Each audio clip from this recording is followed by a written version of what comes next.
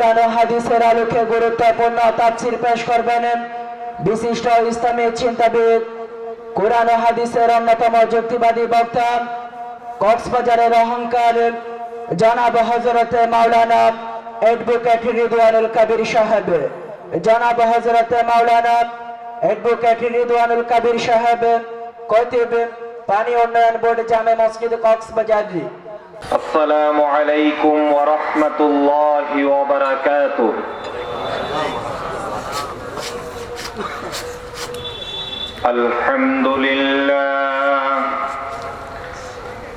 আলহামদুলিল্লাহ নাহমাদুহু ওয়া নাস্তাঈনুহু ওয়া নাস্তাগফিরুহু ওয়া নু'মিনু বিহি ওয়া নাতাওয়াক্কালু আলাইহি ونعوذ بالله من شرور أنفسنا ومن سيئات أعمالنا من يهد الله فلا مضل له ومن يضلله فلا هادي له ونشهد أن لا إله إلا الله وحده لا شريك له ونشهد أن سيدنا ومولانا محمدا عبده ورسوله أرسله الله بالحق بشيرا ونذيرا وداعيا إلى الله بإذنه وسراجا منيرا. فقد قال الله سبحانه وتعالى في كلامه المجيد وفرقانه الحميد. أعوذ بالله من الشيطان الرجيم. بسم الله الرحمن الرحيم. لئن شكرتم لأزيدنكم ولئن كفرتم إن عذابي لشديد. صدق الله العظيم.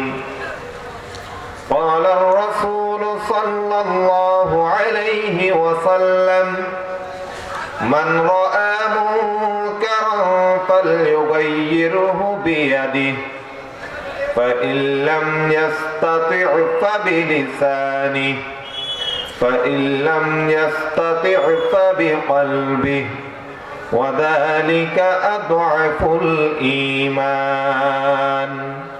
أو كما قال عليه الصلاة والسلام. وقال تعالى إن الله وملائكته يصلون على النبي يا أيها الذين آمنوا صلوا عليه وسلموا تسليما. اللهم صل على محمد وعلى آل محمد كما صليت على إبراهيم وعلى آل إبراهيم إنك حميد مجيد. مجيد اللهم بارك على محمد وعلى آل محمد كما باركت على إبراهيم وعلى آل إبراهيم إنك حميد مجيد সম্মানিত হাজিরিন, আমরা যখন রাস্তাঘাটে বের হই তখন আমি যদি রাস্তা দিয়ে যাওয়ার সময় কোন একটা ছেলে আমাকে সালাম দেয়, ঘর থেকে বের হওয়ার সময় আমাকে সালাম দেয়, ঘরে ঢোকার সময় আমাকে সালাম দেয়, মসজিদে যাওয়ার সময় আমাকে সালাম দেয়, মসজিদ থেকে আসার সময় আমাকে সালাম দেয়, যখন যেখানে আমার সঙ্গে তার দেখা হবে, যখন যেখানে সে সুযোগ পাবে, সেখানেই যদি সে আমাকে সালাম দেয়, ওই ছেলেটা কি ভালো ছেলে নাকি বেয়াদব ছেলে? তার ব্যাপারে কি আমার ভালো ধারণা হবে নাকি খারাপ ধারণা হবে? তার প্রতি কি আমার মোহাব্বত থাকবে নাকি ঘৃণা থাকবে? যেই ছেলে আমাকে উঠতে বসতে সালাম দেয়, যখন যেখানে দেখা হয় সেখানে সালাম দেয়, তার প্রতি আমার ভালোবাসা জন্মাবে কিনা, আন্তরিকতা জন্মাবে কিনা? একদিন রাস্তা দিয়ে যাওয়ার সময় যদি দেখি ওই ছেলে কোনো বিপদে পড়েছে, আমি কি তাকে সাহায্য করব না? করব কিনা? কারণ আমি জানি এই ছেলে ভালো ছেলে, এই ছেলে আদবওয়ালা ছেলে। ওই ছেলের সঙ্গে আমার পরিচিত হতে ইচ্ছে করবে কিনা যে আমাকে সব সময় সালাম দেয়? আহা, রাসূল করিম সাল্লাল্লাহু আলাইহি ওয়াসাল্লামের উপরে যদি এইভাবে সালাম দেন, উঠতে যদি দুরূদ শরীফ পড়ি, বসতে যদি দুরূদ শরীফ পড়ি, হাঁটার সময় যদি দুরূদ শরীফ পড়ি, আল্লাহর রাসূলের উপর যদি সালাত ও সালাম পেশ করতে থাকি, আল্লাহর রাসূলের আমার প্রতি মহব্বত জন্মাবে কিনা? কাল হাসরের ময়দানে যদি আমি বিপদে পড়ি, এই মুহাম্মদুর রাসূলুল্লাহ সাল্লাল্লাহু আলাইহি ওয়াসাল্লাম আমাকে তিনি বিপদে ফেলে রেখে একা জান্নাতে যাবেন না। আমি যে উম্মত রাত দিন হাঁটতে বসতে তার উপর দুরূদ পড়েছিলাম, সে বান্দাকে সাথে নিয়েই তিনি জান্নাতুল ফিরদাউসে যাবেন ইনশাআল্লাহ। তাই জোরে সোরে মুহাব্বতের সঙ্গে রাসূল করিম সাল্লাল্লাহু আলাইহি ওয়াসাল্লামের উপর দুরূদ শরীফ পড়তে রাজি আছে কিনা? দুনিয়াতে অনেক রকমের দুরূদ শরীফ আছে। কিছু দুরূদ শরীফ কেউ জানে, কিছু দুরূদ শরীফ কেউ জানে না। হাদিস শরীফে অনেক রকম দুরূদ শরীফ এসেছে, এক এক রকম দুরূদ শরীফের এক এক রকম ফজিলত। কিছু দুরূদ শরীফ ইমাম সাহেব জানে, মুক্তাদি জানে না, মুসল্লি জানে না। কিছু দুরূদ শরীফ এই এলাকার মানুষ জানে, সেই এলাকার মানুষ জানে না। কিছু দুরূদ শরীফ বুড়ারা জানে, ছেলেরা জানে না। কিন্তু আমি আপনাদেরকে বলি, সেই দুরূদ শরীফ পড়ার জন্যে যে দুরূদ শরীফ একটা ছোট্ট মক্তবের বাচ্চাও জানে আর দাড়ি পাকা বৃদ্ধও জানে, যে দুরূদ শরীফ নারীও জানে, পুরুষও জানে, যে দুরূদ শরীফ 5 ওয়াক্ত নামাজে যতবার আমরা নামাজ শেষ করি ততবার আল্লাহর রাসূলের উপর আমরা হাদিয়া হিসাবে, তোহফা হিসাবে, আল্লাহর রাসূলের সুন্নাহ হিসাবে আমরা পড়তে থাকি। কাজেই বুকের সবটুকু মুহাব্বত নিয়ে, দরদ নিয়ে যে দুরূদ শরীফ মক্তবে শিখেছিলেন, যে দুরূদ শরীফ 5 ওয়াক্ত সালাতে রাসূল করিম সাল্লাল্লাহু আলাইহি ওয়াসাল্লামের উপর পড়ে থাকেন, সে দুরূদ শরীফ বুকের সবটুকু মুহাব্বত নিয়ে পড়ি।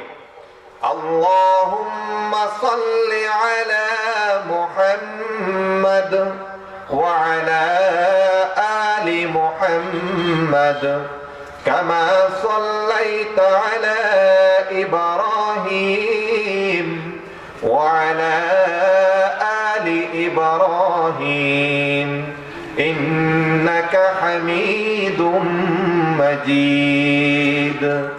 اللهم بارك على محمد وعلى آل محمد كما باركت على إبراهيم وعلى آل إبراهيم إنك حميد مجيد। আলহামদুলিল্লাহ, রহমানুর রহিম আল্লাহ সুবহানাহু ওয়া তাআলার শুকরিয়া। আল্লাহ রাব্বুল আলামিন আমাদেরকে তৌফিক দান করেছেন। অসংখ্য বান্দাদের ভেতর থেকে আল্লাহ সুবহানাহু ওয়া তাআলা রহম করে করম করে আমাদেরকে বাছাই করেছেন। আজকে আবাবিল ইসলামী ছাত্র পরিষদের উদ্যোগে ঐতিহ্যবাহী খুরুশকুল জনপদ বিশ্ববিখ্যাত পর্যটন নগরী কক্সবাজারের প্রাণ কেন্দ্রে অবস্থিত এই আলেম ওলামার ঐতিহ্য সম্বলিত জনপদ খুরুশকুলের দক্ষিণ পেচারঘোনা তাফসীর ময়দানে একদিন ব্যাপী তাফসীরুল কোরআন মাহফিলে আমল করার নিয়তে কোরআন এবং হাদিস থেকে কিছু কথা আলেম ওলামারা বলবেন, এই কথাগুলো আমরা শুনবো এবং নিজেদের জীবনে বাস্তবায়ন করব, এই নিয়তে আল্লাহ সুবহানাহু ওয়া তাআলা আজকে আমাদেরকে এখানে উপস্থিত হওয়ার তৌফিক দান করেছেন। বলি আলহামদুলিল্লাহ।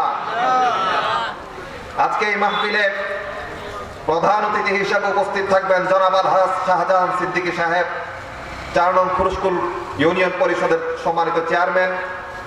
সভাপতিত্ব করবেন জনাব মনিউল হক কোম্পানি, এই এলাকার বিশিষ্ট সমাজপতি। উপস্থিত আছেন আপনাদের সকলের পরিচিত প্রিয় মুখ, এই এলাকার সাবেক চেয়ারম্যান জনাব আব্দুর রহিম সাহেব। আমার আগে কোরআন এবং হাদিস থেকে গুরুত্বপূর্ণ আলোচনা পেশ করেছেন হযরত মাওলানা নুরুল হক আল আমিন সাহেব, হাফেজ মাওলানা শফিকুর রহমান সাহেব, হাফেজ মাওলানা সুলতান আহমদ সাহেব। এরা খুরুশকুলের অলংকার, খুরুশকুলের আপামর দিন প্রিয় তৌহিদি জনতার সম্মানিত মুরব্বী। আমি ছোট মানুষ, বড় কোনো ওয়াইজ না, আমি কোনো বক্তাও নই, আলেমও নই, অনুসরণ অনুকরণ যোগ্য কিচ্ছু আমি না। আমি একজন তালেবে ইলম। তালেবে ইলম বলা হয় যারা দ্বীনের ইলম শিখতে আগ্রহী, দ্বীনের ইলম শিখে তাদেরকে বলা হয় তালেবে ইলম, যারা জ্ঞান শিখে। আমি এখনো ছাত্র, তালেবে ইলম। তো আমাকে হুকুম করা হয়েছে আমি যা কিছু শিখেছি কোরআন এবং হাদিস থেকে, সেই কথাগুলো আপনাদেরকে একটু শোনানোর জন্য, আমার পড়াগুলো হাজিরি দেওয়ার জন্য আমি এখানে এসেছি। আমি যা শিখেছি সেগুলো, এই কথাগুলো অনেকের জানা থাকবে, আবার অনেকের অজানা থাকবে। আমরা যারা জানি না তারা আজকে জেনে নিব এবং ইনশাআল্লাহ আমল করব। আর যারা আগে থেকে জানি, এই কথাগুলো হৃদয়ের ভেতর আরো বেশি করে বসিয়ে নিব, আবারও ইয়াদ করব এবং আবারও নতুন করে আমল করার জন্য প্রচেষ্টা শুরু করব ইনশাআল্লাহ। কথার শুরুতে আল্লাহ সুবহানাহু ওয়া তাআলার কাছে তৌফিক চাচ্ছি, আল্লাহ যেন আমাদেরকে এমন সব কথা বলার এবং শোনার তৌফিক দান করেন, যেই কথাগুলো বললে এবং শুনলে দুনিয়া আখিরাতের কল্যাণ হবে। যেই কথা বললে এবং শুনলে দুনিয়াতে এবং আখিরাতে দুই জায়গাতেই আল্লাহর কাছে জবাবদিহি করতে হবে, এমন সব কথা বলা থেকে শোনা থেকে আল্লাহ সুবহানাহু ওয়া তাআলার দরবারে আমরা পানাহ চাই। সম্মানিত হাজিরিন, এইখানে আজকে আপনাদের সামনে কাইয়ুম জামে মসজিদ খিলগাঁও ঢাকার সম্মানিত খতিব হযরত মাওলানা এইচ.এম. হাবিবুল্লাহ মিসবাহ সাহেব, তিনি প্রধান বক্তা হিসেবে এসেছেন। গুরুত্বপূর্ণ তাফসীর কোরআন হাকিম থেকে তিনি পেশ করবেন। তার আগে আমি আপনাদের সামনে কিছু ভুল ধারণা সরানোর চেষ্টা করব এবং আমাদের কিছু দায়িত্ব কর্তব্যের কথা স্মরণ করিয়ে দেওয়ার জন্য প্রচেষ্টা চালাবো। আল্লাহ সুবহানাহু ওয়া তাআলার কাছে দোয়া করি আল্লাহ যেন আমার নিয়তে বরকত দান করেন, আল্লাহ যেন আমার ইলমে আমলে বরকত দান করেন, আমার জবানে বরকত দান করেন। সহিহ কথাগুলো, সঠিক কথাগুলো বলার তৌফিক যেন আল্লাহ রাব্বুল আলামিন আমাকে দেন। সুবহানাকা লা ইলমা লানা ইল্লা মা আল্লামতানা ইন্নাকা আনতাল আলিমুল হাকীম। রব্বিশরাহ লি সাদরি ওয়া ইয়াসসির লি আমরি ওয়াহলুল উকদাতাম মিন লিসানি ইয়াফকাহু কওলি। রব্বি ইয়াসসির ওয়া লা তুআসসির ওয়া তাম্মিম বিল খায়র। আল্লাহুম্মা রাব্বি জিদনি ইলমান নাফিআ। সম্মানিত হাজিরিন, আমি আজকে কালামে হাকিম থেকে একটা আয়াত আপনাদের সামনে তিলাওয়াত করেছি, সূরা ইব্রাহিমের একটি আয়াত। এই আয়াতের ভেতরে আল্লাহ সুবহানাহু ওয়া তাআলা বলছেন, আউযু বিল্লাহি মিনাশ শাইতানির রাজীম, বিসমিল্লাহির রহমানির রহিম।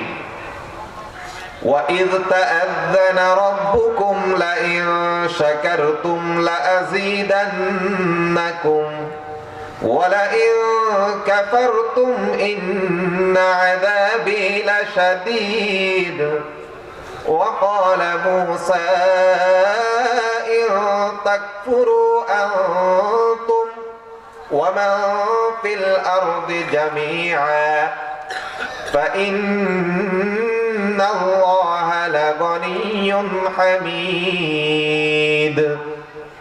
সূরা ইব্রাহিমের আয়াত 7 নম্বর 8 নম্বর আয়াত। এই আয়াতটাকে সামনে রেখে একটা বিষয় আমি আপনাদের সামনে আলোচনা করতে চাচ্ছি। এই আয়াতের ভেতরে সহজ অনুবাদ হলো, এই আয়াতের সরল অনুবাদ হলো, আল্লাহ সুবহানাহু ওয়া তাআলা আমাদেরকে হুকুম করছেন এবং বলছেন, আমাদেরকে বলে দিচ্ছেন, জানিয়ে দিচ্ছেন, লা ইন শাকারতুম, বান্দা আমি তোমাকে যে নিয়ামত দিয়েছি এই নিয়ামতের শুকরিয়া যদি তুমি আদায় করো, তোমরা যদি লা ইন শাকারতুম, তোমরা যদি শুকরিয়া আদায় করো, নিয়ামতের শুকরিয়া, লা আযীদান্নাকুম, তো আমি নিয়ামত কি করে দেব? বাড়িয়ে দেব, নিয়ামত আরো বাড়িয়ে দেব। ওয়ালা ইন কাফারতুম, যদি তোমরা কুফরি করো, নিয়ামতের অপব্যবহার করো, নিয়ামতের খারাপ ব্যবহার যদি তোমরা করো, অকৃতজ্ঞতা যদি তোমরা করো, নিয়ামতের বিপরীতে কুফরি আর নাফরমানি যদি তোমরা করো, ইন্না আযাবি লাশাদীদ, আমার আযাব বড় বেশি কঠিন, শক্ত আযাব, আল্লাহ সুবহানাহু ওয়া তাআলা বলছেন। ওয়া ক্বালা মূসা, মূসা আলাইহিস সালাতু ওয়াস সালাম, এগুলো মূসা আলাইহিস সালাতু ওয়াস সালামের ঘটনার পরিপ্রেক্ষিতে আসছে কোরআনুল কারীমে। তো মূসা আলাইহিস সালাতু ওয়াস সালাম তার জাতিকে বলছেন, ইন তাকফুরু আনতুম, ও আমার জাতি, যদি তোমরা আল্লাহ রাব্বুল আলামিনের কুফরি করো, নাফরমানি করো, ওয়া মান ফিল আরদি জামিআ, শুধু তোমরাই নও, এই জমিনে যত মখলুকাত আছে, যত মানুষ আছে, আরো যত প্রাণী আছে, পাখি আছে, সমুদ্রের মাছেরা আছে, যদি সবাই একসঙ্গে মিলে জমিনে যত মখলুকাত আছে, একটা ছোট্ট পিঁপড়া কিংবা একটা ছোট্ট ভাইরাস যেটাকে দেখা যায় না, অনুবীক্ষণ যন্ত্র দিয়ে দেখতে হয়, অনুবীক্ষণ যন্ত্র দিয়ে দেখতে হয়, রক্ত পরীক্ষা করে দেখেন না একটা বিশেষ যন্ত্র দিয়ে, এরকম ছোট কোনো প্রাণী, সেটা কিংবা সাগরের নীল তিমি সবচেয়ে বড় প্রাণী সেটা, অথবা দুনিয়ার জমিনে যত মানুষ আছে সবাই যদি একসঙ্গে আল্লাহ সুবহানাহু ওয়া তাআলার কুফরিও করে, ওয়ালা ইন কাফারতুম ইন্না আযাবি লাশাদীদ, ওয়া ক্বালা মূসা ইন তাকফুরু আনতুম, যদি তোমরা কুফরি করো, ওয়া মান ফিল আরদি জামিআ, জমিনে যা কিছু আছে সব যদি একসঙ্গে আল্লাহর কুফরি করে, ফা ইন্নাল্লাহা লাগানিয়্যুন হামিদ, আমার রবের কোনো কিছু যায় আসে না, আল্লাহ সুবহানাহু ওয়া তাআলা সবকিছু থেকে অমুখাপেক্ষী এবং আল্লাহ সুবহানাহু ওয়া তাআলা সপ্রশংসিত। আল্লাহ কারো প্রশংসার মুখাপেক্ষী নন, আল্লাহ কারো শুকরিয়ার মুখাপেক্ষী নন। ওয়াল্লাহুল গনি ওয়া আনতুমুল ফুকারা, আল্লাহ হচ্ছেন অমুখাপেক্ষী, ওয়া আনতুমুল ফুকারা, ফকির হচ্ছে আমরা। প্রত্যেকটা কাজে, প্রত্যেকটা নিঃশ্বাসে আমরা আল্লাহ সুবহানাহু ওয়া তাআলার তৌফিকের মুখাপেক্ষী। আল্লাহ যদি তৌফিক না দেন, যে নিঃশ্বাস উপরের দিকে টেনেছেন সেটা নিচের দিকে ফেলার আর কোনো ফুরসত সময় আমরা পাবো না। যে চোখ বন্ধ হয়ে গেছে ঘুমানোর জন্যে, আল্লাহ যদি তৌফিক দেন সূর্য উঠবে, কিন্তু ওই চোখ আর খুলবে না, চিরদিনের জন্য বন্ধ হয়ে যাবে। হায়াত মতের মালিক কে? আল্লাহ সুবহানাহু ওয়া তাআলা। রিজিক ইজ্জত দৌলতের মালিক কে? সম্মান ক্ষমতা প্রতিপত্তির মালিক কে? সম্মানিত হাজরিন, দুনিয়া আখিরাতের মালিক কে? কাজেই আল্লাহ বলেন, সবকিছুর মালিক তো আমি, বান্দা তুমি কি, তোমার কি দাম? তোমার শুকরিয়ার মুখাপেক্ষী আমি রব্বুল আলামিন নই। কথা বোঝা গেছে? ওয়ামান শাকারা ফাইন্নামা ইয়াশকুরু লিনাফসি। যে ব্যক্তি শুকরিয়া আদায় করে সে তো নিজের জন্যই শুকরিয়া আদায় করে। শুকরিয়া কার জন্য আদায় করে? নিজের জন্য শুকরিয়া আদায় করে। শুকরিয়া আদায় করলে আল্লাহর লাভ নাকি আমার লাভ? লাভ কার? আমার। ওমান শাকারা, যে ব্যক্তি শুকরিয়া আদায় করলো, ফাইন্নামা ইয়াশকুরু লিনাফসি, তার নিজের লাভের কাজ সে করলো। কথা বোঝা গেছে? ওমান কাফারা ফাইন্নাল্লাহা গনিয়্যুন হামিদ, আর যে ব্যক্তি কুফরি করলো, আল্লাহ তো গনি, অমুখাপেক্ষী। সমস্ত ধন দৌলত, বিত্ত, বৈভব, ঐশ্বর্য, ক্ষমতা, টাকা পয়সা, জায়গা, সম্পত্তি যা কিছু আছে রিজিক হিসাবে সব কার পক্ষ থেকে? আল্লাহর পক্ষ থেকে। না কি আমার আর আপনার? মানুষ বোঝার চেষ্টা করে না। তো আল্লাহ বলেন, সারা জমিনের মখলুকাত যদি একসঙ্গে এক মুহূর্তে আল্লাহর নাফরমানি করে, আল্লাহর কিচ্ছু যায় আসে না। এই কথাগুলো বুঝে আসছে? এগুলো মাথায় রাখবেন, কারণ আমরা সামনে যে বিষয়গুলো নিয়ে আলোচনা করব, সেই বিষয়গুলো নিয়ে যখন আলোচনা করতে যাব তখন বারবার এই কথাগুলো কাজে লাগবে। এজন্য আগে এগুলো বলে দিলাম। কথা বুঝে আসছে? তাইলে প্রথম কথা হলো, আল্লাহ নিয়ামত দিলে নিয়ামতের সঠিক ব্যবহার করতে হবে। আল্লাহ নিয়ামত দিলে কি করতে হবে? নিয়ামতের সঠিক ব্যবহার করতে হবে, এবং ওই নিয়ামত পেয়েছে এজন্য আল্লাহর প্রতি কৃতজ্ঞতা জানাতে হবে, শুকরিয়া করতে হবে। এটা হচ্ছে প্রথম সবক। দ্বিতীয় সবক হলো, যদি ওই নিয়ামতের অপব্যবহার করি অথবা ওই নিয়ামতের বিপরীতে যদি আল্লাহর সঙ্গে নাফরমানি করি, আল্লাহ বলছেন আমার আযাব বড় কঠিন, বড় শক্ত, তাইলে আমি তোমাকে আযাব দিয়ে গ্রাস করব। এই কথাই বোঝা যায়। এরপরের কথা হচ্ছে, যে ব্যক্তি শুকরিয়া আদায় করবে সে ব্যক্তি নিজের উপকারের জন্যই শুকরিয়া আদায় করবে। যদি মাখলুকাত একসঙ্গে আল্লাহর কুফরি করে তো আল্লাহর কিচ্ছু আসবে যাবে না। আল্লাহ রাব্বুল আলামিন নিজে প্রশংসিত এবং সবকিছু থেকে অমুখাপেক্ষী। এগুলো হচ্ছে মূল কথা। পুরা ওয়াজের মূল কথা হবে এগুলো। কথা বোঝাতে পারছি? এটা মনে রাখবেন। এবার আসেন সামনের আলোচনায় আসি। মাসটা হচ্ছে ডিসেম্বর মাস। এই মাসটা ডিসেম্বর মাস, বিজয়ের মাস। সারা দেশে একযোগে আমরা বিজয় দিবস উদযাপন করেছি, শহীদ বুদ্ধিজীবী দিবস পালন করা হয়েছে, নানা ধরনের অনুষ্ঠানমালার আয়োজন করা হয়েছে, মুক্তিযোদ্ধাদের বীরত্ব গাথা, আত্মত্যাগ এগুলো নিয়ে কথা বলা হয়েছে।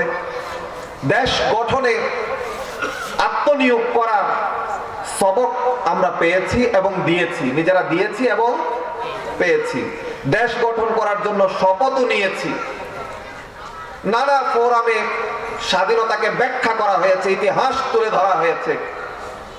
সবাইকে দেশের প্রতি কর্তব্য পরায়ণ, দায়িত্বশীল সুনাগরিক হিসাবে কাজ করার জন্য সবক দেওয়া হয়েছে।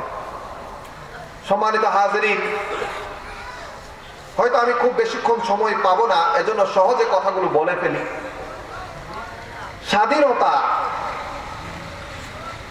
আমরা কোন জালেমের জুলুম থেকে মুক্ত হয়ে নিজের পলিসি নিজে ঠিক করতে পারার ক্ষমতা অর্জন, আমার দেশকে আমি শাসন করতে পারার ক্ষমতা অর্জন, আমার দেশের পলিসি নিয়ম নীতি আমি নিজ হাতে প্রণয়ন করব, আমাকে কেউ বাধা দিতে পারবে না, এর ক্ষমতা অর্জন, আমার দেশকে আমি নিজের মন মতো করে সাজাবো, কেউ বাধা দিতে পারবে না, এই ক্ষমতা অর্জন, আমার দেশের মানুষের ভাত কাপড় বাসস্থান চিকিৎসার অধিকার সুনিশ্চিত করব, এই অধিকার অর্জন, এটাকে আমরা স্বাধীনতা বলছি। এটাকে কি বলছি? আমরা বলছি, যখন আমরা পশ্চিম পাকিস্তানের করতলগত ছিলাম, 24টা বছর পশ্চিম পাকিস্তানের শাসনাধীনে ছিলাম, তখন আমাদের যেই ন্যায্য হিস্সা পাওয়ার কথা, আমরা ভোট দিয়েছি, ভোটে নির্বাচিত হয়েছে, কিন্তু আমাদেরকে ক্ষমতা দেয়া হয় নাই। আমাদের এখান থেকে সম্পদ নিয়ে যাওয়া হয়েছে, পশ্চিম পাকিস্তানকে গড়ে তোলা হয়েছে। এই সম্পদ নেয়ার পর এই দেশের গণমানুষের যে হক ছিল, তাদের অন্ন বস্ত্র বাসস্থান চিকিৎসা শিক্ষা দীক্ষায় যেই পরিমাণ অবদান শাসক গোষ্ঠীর রাখার কথা ছিল, সেই পরিমাণ অবদান তারা রাখেনি, আমাদের সঙ্গে বৈষম্য করেছে, আমাদের পকেটের টাকা নিয়ে নিজেদের ভাগ্যের উন্নয়ন করেছে, আমাদেরকে অবহেলিত রেখেছে। আমাদের আমাদের অধিকার বঞ্চিত করেছে। সবকিছু থেকে আমরা বঞ্চিত নিপীড়িত হয়ে নিজেদের অধিকার আদায়ের সংগ্রামে নেমেছি এবং এই সংগ্রামের এক পর্যায়ে সশস্ত্র যুদ্ধ হলো। চূড়ান্ত পর্যায়ে এসে 16ই ডিসেম্বর দীর্ঘ 9 মাস যুদ্ধ করার পরে বিজয় অর্জন করলাম। একটা স্বাধীন ভূখণ্ড আমরা পেয়েছি, মাতৃভূমি, স্বাধীন বাংলাদেশ, স্বাধীনতা আমরা পেয়েছি। এরপর এখন আমাদের পালা হলো এই দেশটাকে ন্যায় ইনসাফের ভিত্তিতে, সাম্যর ভিত্তিতে এই সমাজ ব্যবস্থাটাকে গড়ে তোলা, যেখানে কোনো জুলুম থাকবে না, অন্যায় থাকবে না, অবিচার থাকবে না, শ্রেণী বৈষম্য থাকবে না। সব মানুষের ভাতের অধিকার, কাপড়ের অধিকার, চিকিৎসার অধিকার, শিক্ষার অধিকার, বাসস্থানের অধিকার, মানুষের ভোট প্রয়োগের অধিকার, এগুলো নিশ্চিত করা হবে। এটাই হচ্ছে স্বাধীনতার মূল কথা। এখন আসেন, এই মাসে, স্বাধীনতার মাসে আপনারা অনেক ধরনের কথা শুনেছেন, সভা, সেমিনার, সিম্পোজিয়াম হয়েছে। আমরা আজকে ইসলামের দিক নির্দেশনায়, কোরআন এবং হাদিসের দৃষ্টিতে একজন স্বাধীন দেশের নাগরিক হিসাবে আমাদের কি করণীয়, আমাদের কি বর্জনীয়, দেশের প্রতি আমাদের কি দায়িত্ব রয়েছে, দেশের প্রতি আমাদের কি কর্তব্য রয়েছে, এই দেশ গঠনে আমাদের ভূমিকা কিরকম হওয়া উচিত, কি কি অবদান থাকা উচিত, কোরআন কি বলে, হাদিস কি বলে, এ বিষয়গুলো নিয়ে আমরা ইনশাআল্লাহ কথা বলার চেষ্টা করব। পাশাপাশি কিছু ভুল ধারণা, ভ্রান্ত ধারণা যদি সময় পাই, সেই ধারণাগুলো দূর করার চেষ্টা করব ইনশাআল্লাহ। সম্মানিত হাজিরিন, আমরা প্রথমেই বলেছি একটা মূল কথা, সেটা হচ্ছে যদি নিয়ামত পাই, নিয়ামতের শুকরিয়া আদায় করতে হবে। এটা বলেছি না? নিয়ামতের কুফরি করা যাবে না। দীর্ঘ 9টা মাস যুদ্ধ করার পরে যে স্বাধীনতা আমরা পেয়েছি, এটা কি নিয়ামত নাকি নিয়ামত নয়? বলেন। অবশ্যই এটা আল্লাহ সুবহানাহু ওয়া তাআলার পক্ষ থেকে একটা নিয়ামত। কাশ্মীর আজকে 70 বছর পার হয়ে গেছে, 80 বছরের কাছাকাছি ভারত থেকে স্বাধীনতা পাওয়ার জন্য লড়াই চালিয়ে যাচ্ছে, এখনো তারা স্বাধীনতা পায়নি। দক্ষিণ সুদান দীর্ঘদিন সংগ্রাম করে তথাকথিত একটা স্বাধীনতা পেয়েছে। আয়ারল্যান্ডের দীর্ঘ সংগ্রামের ইতিহাস রয়েছে। স্পেন থেকে আলাদা হওয়ার জন্য কাতালোনিয়া একটা রাজ্য আছে, এখনো পর্যন্ত স্বাধীনতার জন্য নানা উপায়ে তারা চেষ্টা চালিয়ে যাচ্ছে। আমাদের সৌভাগ্য যে আমরা মাত্র 9 মাসের ভেতরে কি পেয়েছি? স্বাধীনতা পেয়েছি। তো এটা কি আল্লাহর তরফ থেকে বিশেষ রহমত নয়? এখন রহমত যদি হয়ে থাকে, নিয়ামত যদি হয়ে থাকে, তো কোরআন তো বলছে নিয়ামত দিলে শুকরিয়া আদায় করতে হবে। কোরআন তো বলছে নিয়ামত দিলে নিয়ামতের সঠিক ব্যবহার করতে হবে। কোরআন তো বলছে নিয়ামতের অপব্যবহার করা যাবে না। কোরআন তো বলছে নিয়ামতকে ব্যবহার করে মানুষের উপর অন্যায় জুলুম চাপিয়ে দেওয়া যাবে না।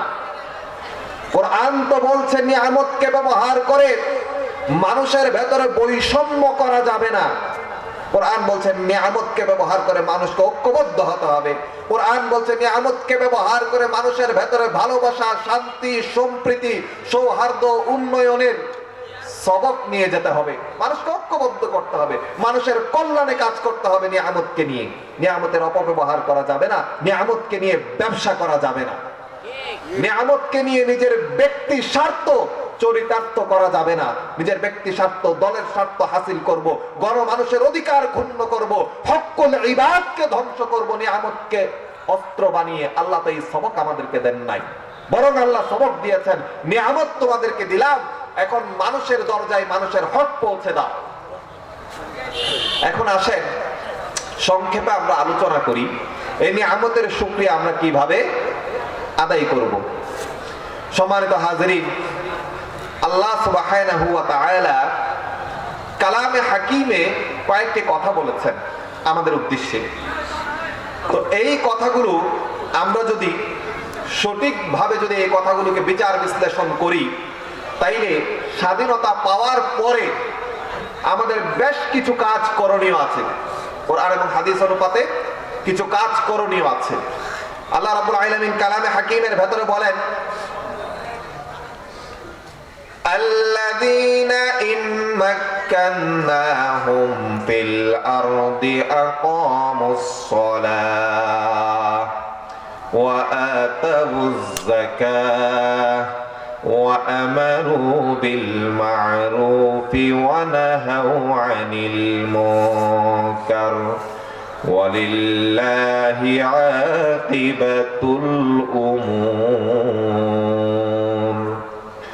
আল্লাহ সুবহানাহু ওয়া তাআলা বলেন, আমার বান্দারা, যখন আমি তোমাদেরকে কোন ভূমির মালিকানা দান করব, কোন ভূমির উপরে যখন তোমাদেরকে রাজত্ব দান করব, তখন তোমাদের জন্য আমি 4টা কাজকে নির্দিষ্ট করে দিলাম। কয়টা কাজ? 4টা কাজকে আল্লাহ সুবহানাহু ওয়া তাআলা নির্দিষ্ট করে দিয়েছেন। যখন কোন মানুষ সিংহাসনে বসবে দেশ শাসন করার জন্য, যখন দেশের প্রধানমন্ত্রী প্রেসিডেন্ট হবেন, যখন দেশের মন্ত্রী কিংবা এমপি হবেন, এলাকার চেয়ারম্যান কিংবা মেম্বার হবেন, অফিসের বস হবেন, থানার ওসি, জেলার এসপি ডিসি হবেন, যখন মন্ত্রণালয়ের সচিব হবেন, আল্লাহ যখন আপনাকে ক্ষমতা দেবেন মানুষের উপর শাসন পরিচালনা করার জন্য, আল্লাহ বলেন, বান্দা আমি তোমার জন্য 4টা দায়িত্ব নির্ধারণ করে দিয়েছি। আল্লাযীনা ইম্মাক্কাতনাহুম ফিল আরদ। আল্লাহ পাক রব্বুল আলামিন যখন তাদেরকে জমিনের মালিকানা দান করেন, জমিনের উপরে ক্ষমতা দান করেন, 4টা কাজের প্রথম যেই কাজটা আল্লাহ সুবহানাহু ওয়া তাআলা বলছেন, এই কাজটা হলো বান্দা, এই কাজটা কি? এই কাজটা হলো আকামুস সালাহ। 1 নম্বর কাজ আকামুস সালাহ, সালাত প্রতিষ্ঠা করতে হবে ওই জমিনে। তো আকামুস সালাহ, সালাত প্রতিষ্ঠা করা আর সালাত আদায় করার ভেতরে বেশ কম আছে, কথা বুঝবেন। সালাত আদায় করার অর্থ হলো আমি নিজে নামাজটা আদায় করলাম। সালাত আদায় করা মানে আমি নিজে নামাজটা আদায় করে নিলাম। আর সালাত কায়েম করা মানে হচ্ছে ফজরের ওয়াক্তে যখন আমি মসজিদের দিকে হাঁটবো, আমার ডান হাতে থাকবে আমার বড় সন্তান, আমার বাম হাতে থাকবে আমার ছোট সন্তান, আমার স্ত্রী আর কন্যা থাকবে জায়নামাজে, আমি থাকবো মসজিদের পথে। আর যেই দরজা পাবো আমার প্রতিবেশীর, তাকে বলবো ভাই চলো একসঙ্গে নামাজ পড়তে যায়। জুমার নামাজে যত মুসল্লি হবে, ফজরের নামাজে তত মুসল্লি হবে প্রত্যেকটা মসজিদে। এটা হচ্ছে সালাত কায়েম করা। সালাত কায়েম করার মানে এটা নয় যে আমি চুপি চুপি নিজে নামাজ পড়লাম, জান্নাতের মালিক আমি একাই হয়ে গেলাম, 7টা জান্নাত আমার হাতের মুঠোই, আর বাকিরা সবাই জাহান্নামী, বাকিদের নামাজ পড়ার দরকার নাই।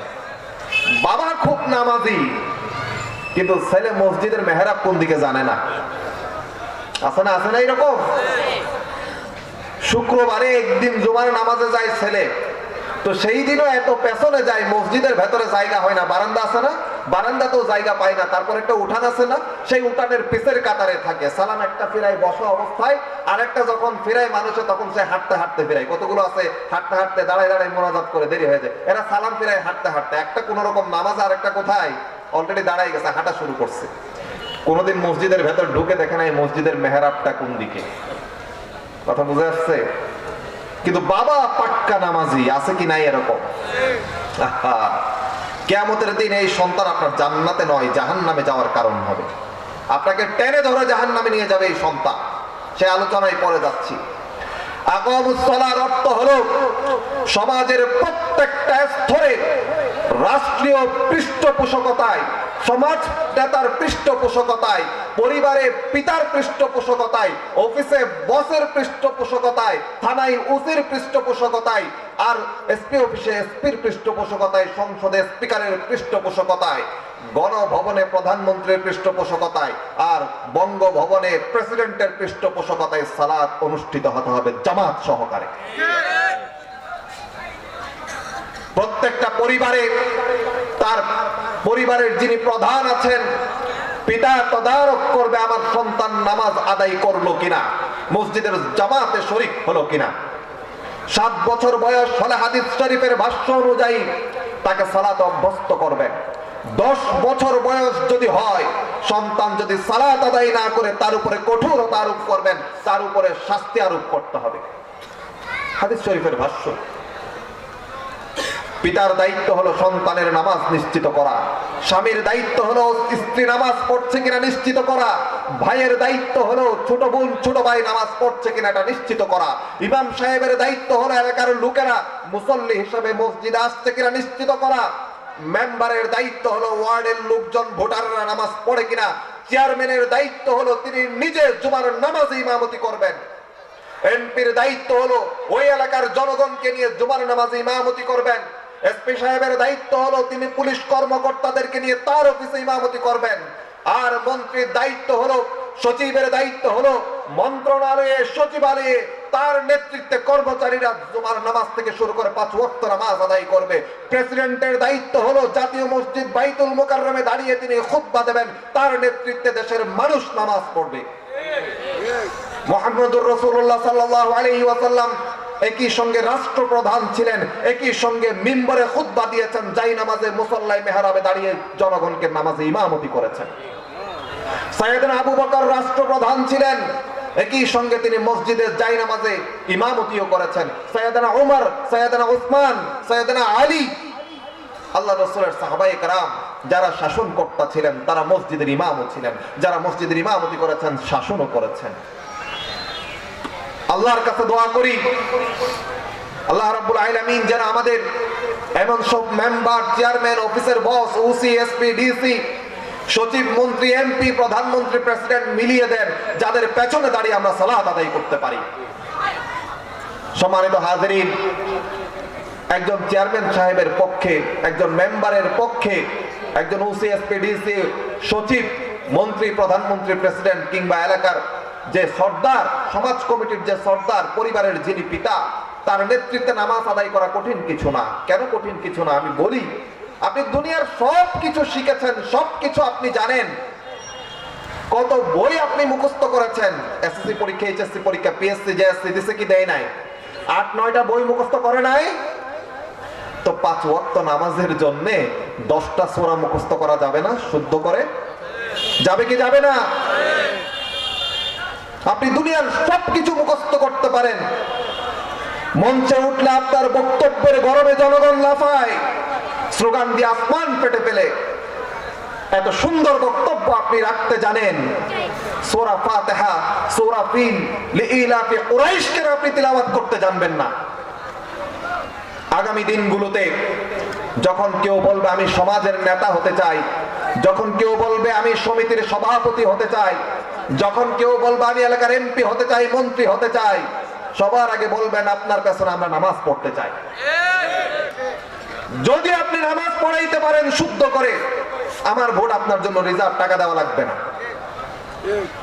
যেই নেতা নামাজ পড়তে জানে না, পড়াইতে জানে না, সে আপনার দুনিয়া আখিরাতের কি কল্যাণ করবে আমাকে বুঝাইয়া দেন। আল্লাহ বলেন, বান্দা তোমাকে ভূমির রাজত্ব দান করলাম, বাদশাহী দান করলাম, তোমার প্রথম দায়িত্ব হলো তুমি তোমার অধিক্ষেত্রে যেইখানে যতটুকু তোমার ক্ষমতা চলে সেইখানে তুমি প্রথম ক্ষমতা খাটাইবা নামাজ প্রতিষ্ঠা করার জন্য। আজকাল ইউনিয়ন পরিষদে যান, সচিবালয়ে যান, যেখানেই যান, সবকিছুর জন্য কঠোরতা আছে, চাপাচাপি আছে, কড়াকড়ি আছে। নামাজ না পড়ে আপনি বসে থাকলে কেউ আপনাকে চাপ দেবে না, কেউ বলবে না ভাই নামাজ পড়া ফরজ, কেন তুমি নামাজ পড়বা না? নামাজ পড়া ফরজ, কেন তুমি নামাজ পড়বা না? এই নামাজ কার কল্যাণের জন্য? তার কল্যাণে না আমার কল্যাণে? যে নামাজ পড়ে এটা কার কল্যাণে লাগে? তার কল্যাণেই তো কাজে লাগে, নাকি আপনার কল্যাণে? পরের কল্যাণে পরে লাগে, আগে নিজের কল্যাণে লাগে। হ্যাঁ, পরের কল্যাণেও লাগে। বুঝাই, সবাই যখন নামাজ আদায় করতে মসজিদে আসে তখন একজনের খবর আরেকজনে নিতে পারে, দুঃখ কষ্টে থাকলে সহযোগিতা করতে পারে, দেখা সাক্ষাৎ হয়, সামাজিক সম্প্রীতি, সৌহার্দ্যবোধ বৃদ্ধি পায়, মায়া মমতা ভালোবাসা বৃদ্ধি পায়, মসজিদ কেন্দ্রিক সমাজ ব্যবস্থা গড়ে ওঠে। উপকার, তবে সবার আগে উপকার কার? নিজের উপকার। তো যেই নেতা নিজের উপকার করে না, সে আপনার কি উপকার করবে? ভাই বলেন তো, আমার একটু বুঝান, আমি কথা বুঝাইতে পারছি? যেই নেতা নিজের উপকার করবে না, সে পরের কি উপকার করবে? নামাজ না পড়লে শাস্তি দেবেন কে? কথা বলেন, কথা বলেন। নামাজ না পড়লে শাস্তি দেবেন কে? আচ্ছা, আর ভাষণ না দিলে শাস্তি দিবে জনগণ। ভাষণ না দিলে শাস্তি কে দিবে? জনগণ। সে কিছু জানে না, তারা ভোট দিলাম না, যাক। তো জনগণকে বেশি ভয় পাওয়া উচিত নাকি আল্লাহকে বেশি ভয় পাওয়া উচিত? তো যে ব্যক্তি আল্লাহকে ভয় করে না, নামাজ আদায় করে না, সে আপনাকে কি ভয় করবে রে ভাই? যে ব্যক্তি দ্বীনের অধিকার সম্পর্কে সচেতন না, সে আপনার কি অধিকার সম্পর্কে সচেতন হবে? কথা বুঝে আসছে? আল্লাহ বলেন, তার রাসূলকে বলেন, ওয়াহী অবতীর্ণ করলেন, কিয়ামত পর্যন্ত মানুষের জন্য এটা শিক্ষা হিসাবে রয়ে গেল। উতলু মা উহিয়া ইলাইকা মিনাল কিতাবি ওয়া আকিমিস সালাহ ইন্নাস সালাতা তানহা আনিল ফাহশাই ওয়াল মুনকার ওয়া লাযিকরুল্লাহি আকবার। হে নবী, উতলু মা উহিয়া ইলাইকা মিনাল কিতাব, উতলু মানে হচ্ছে তেলাওয়াত করেন, মা উহিয়া ইলাইকা, যা কিছু আপনার উপর ওয়াহী হিসাবে নাযিল করা হয়েছে, মিন কিতাব, মিনাল কিতাব, এই যে কিতাব কোরআনুল কারীম আল্লাহ দিয়েছেন, এখান থেকে তেলাওয়াত করার জন্য কাকে বলেছেন? রাসূলকে বলেছেন। ওয়া আকিমিস সালাহ, সালাত কায়েম করেন। কারণ কোরআন কোথায় তেলাওয়াত করবে? এমনিও তেলাওয়াত করা যায়, নামাজেও তেলাওয়াত করা যায়, কিন্তু নামাজে কোরআন তেলাওয়াত ছাড়া নামাজ হবে? তাহলে স্পেশালি নামাজে তেলাওয়াত করাটা বাধ্যতামূলক।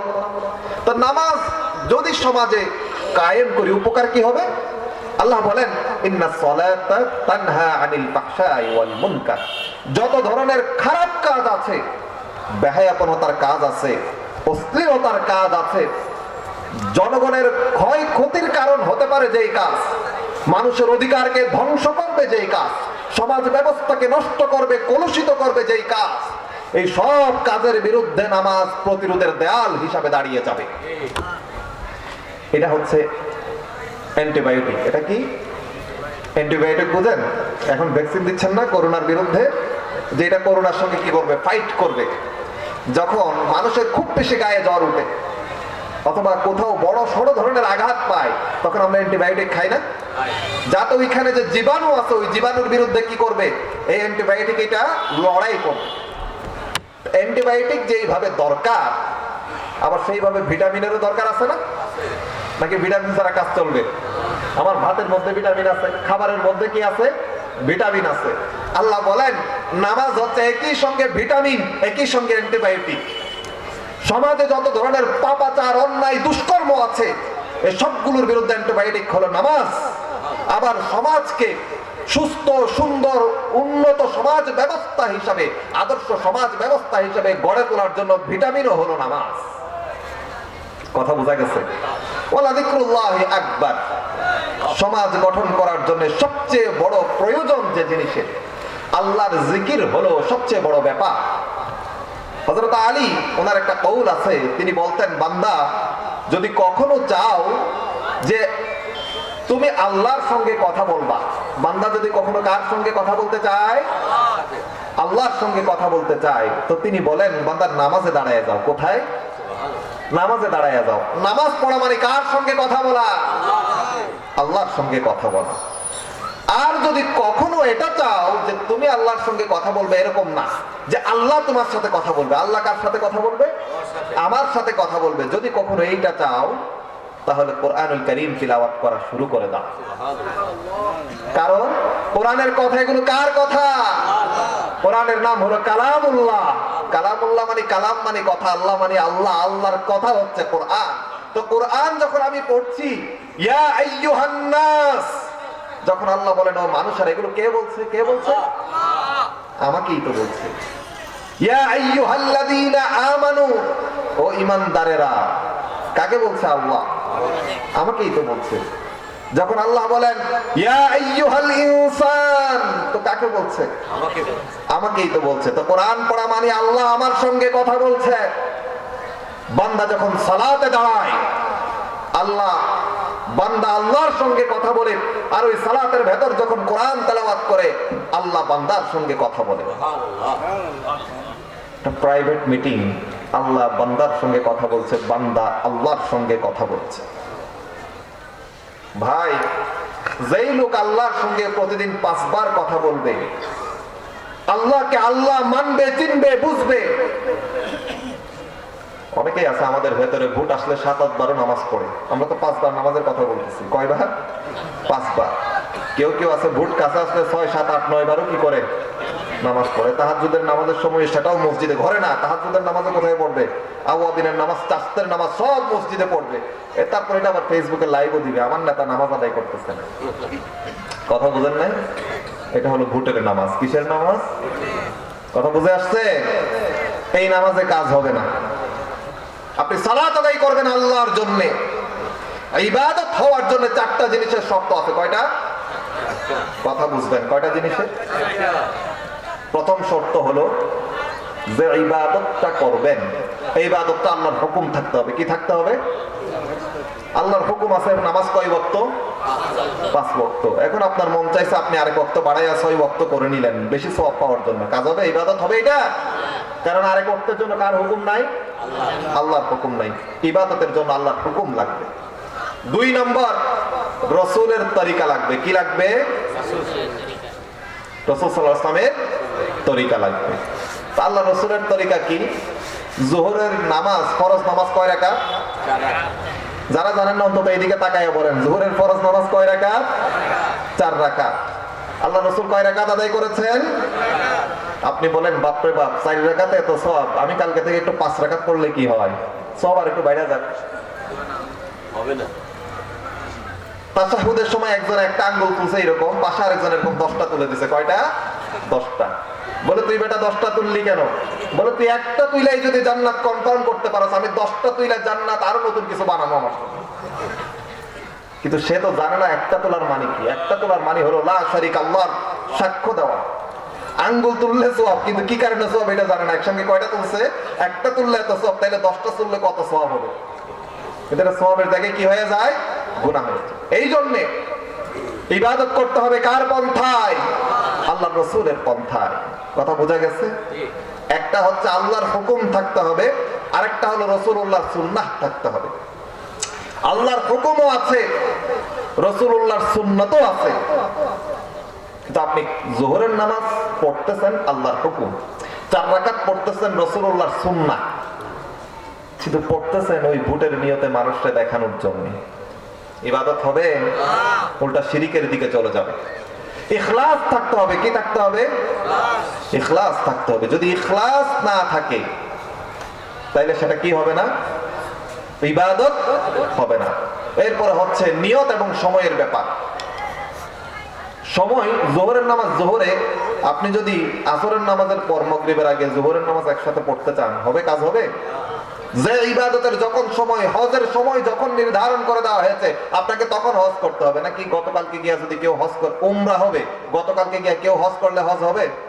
হজের জন্য নির্দিষ্ট টাইম আছে, ফরজ রোজার জন্য নির্দিষ্ট টাইম আছে। আপনি মাগরিবের নামাজের পর ভালো করে শ্বশুর বাড়িতে খাওয়া দাওয়া কইরা বললেন যে কালকে সকালের নাস্তা পর্যন্ত রোজা। রোজা রাখতেছে কখন?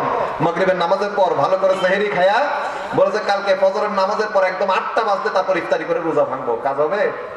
কারণ আল্লাহ আপনাকে কি নির্ধারণ করে দিয়েছেন? সময় নির্ধারণ করে দিয়েছেন। যে সময়ের ইবাদত ওই সময়ে করতে হবে।